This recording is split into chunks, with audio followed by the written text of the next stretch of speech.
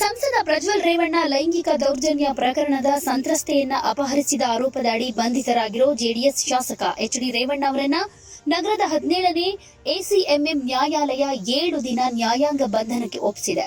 ಹೀಗಾಗಿ ಅವರು ಪರಪ್ಪನ ಅಗ್ರಹಾರದ ಜೈಲು ಸೇರಿದ್ದು, ಜೈಲಿನಲ್ಲೇ ವಿಚಾರಣಾಧೀನ ಖೈದಿ ಸಂಖ್ಯೆ 4567 ಕೊಡಲಾಗಿದೆ. ಮೇ 4ರಂದು ರೇವಣ್ಣ ಅವರನ್ನ ಅರೆಸ್ಟ್ ಮಾಡಿದ್ದ ಎಸ್ಐಟಿ ಅಧಿಕಾರಿಗಳು ಹೆಚ್ಚಿನ ವಿಚಾರಣೆಗೆ ಅಂತ 4 ದಿನ ವಶಕ್ಕೆ ತೆಗೆದುಕೊಂಡಿದ್ರು. ಕಸ್ಟಡಿ ಅವಧಿ ಮುಗಿದ ಹಿನ್ನೆಲೆಯಲ್ಲಿ ಬುಧವಾರ ನ್ಯಾಯಾಲಯಕ್ಕೆ ಹಾಜರುಪಡಿಸಿದ್ರು. ರೇವಣ್ಣ ಮತ್ತು ಎಸ್ಐಟಿ ಪರ ವಕೀಲ ವಾದ ಆಲಿಸಿದ ನ್ಯಾಯಾಧೀಶ ರವೀಂದ್ರ ಕುಮಾರ್ ಕಟ್ಟಿಮನಿ ಅಂತಿಮವಾಗಿ ರೇವಣ್ಣ ಅವರನ್ನ ಮೇ 14ರ ತನಕ ನ್ಯಾಯಾಂಗ ಬಂಧನಕ್ಕೆ ಒಪ್ಪಿಸಿ ಆದೇಶ ಹೊರಡಿಸಿದ್ರು. ಇನ್ನು ರೇವಣ್ಣ ಎಸ್ಐಟಿ ವಶದಲ್ಲಿದ್ದಾಗ ತನಿಖೆಗೆ ಸಹಕರಿಸದೆ ಎಲ್ಲಾ ಪ್ರಶ್ನೆಗಳಿಗೂ ನಕಾರಾತ್ಮಕವಾಗಿ ಉತ್ತರ ಕೊಟ್ಟಿದ್ದಾರೆ.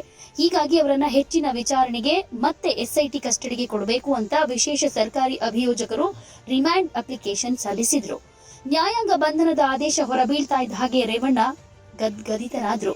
ನ್ಯಾಯಾಲಯದ ಕಟ್ಟಡದಿಂದ ಕಣ್ಣೀರು ಹಾಕ್ತಾನೆ ಹೊರಬಂದ ಅವರನ್ನ ಪೊಲೀಸ್ ಭದ್ರತೆಯಲ್ಲಿ ಪರಪ್ಪನ ಅಗ್ರಹಾರದ ಕೇಂದ್ರ ಕಾರಾಗೃಹಕ್ಕೆ ಕರೆದೊಯ್ಯಲಾಯಿತು. ಅವರಿಗೆ ವಿಚಾರಣಾಧೀನ ಸಂಖ್ಯೆ 456 ಈ ನಂಬರ್ ಅನ್ನ ಕೊಡಲಾಗಿದೆ. ವಿಚಾರಣಾಧೀನ ಖೈದಿಗಳಿಗೆ ಜೈಲು ಮ್ಯಾನ್ಯುಯಲ್ ಪ್ರಕಾರ ಯುಟಿಪಿ ನಂಬರ್ ಕೊಡಲಾಗುತ್ತೆ. ಪೊಲೀಸರಿಂದ ನಿಮ್ಗೆ ತೊಂದರೆ ಆಗಿದೆಯಾ ಅಂತ ವಿಚಾರಣೆ ವೇಳೆ ನ್ಯಾಯಾಧೀಶರು ರೇವಣ್ಣ ಅವರನ್ನ ಪ್ರಶ್ನೆ ಮಾಡಿದ್ರು.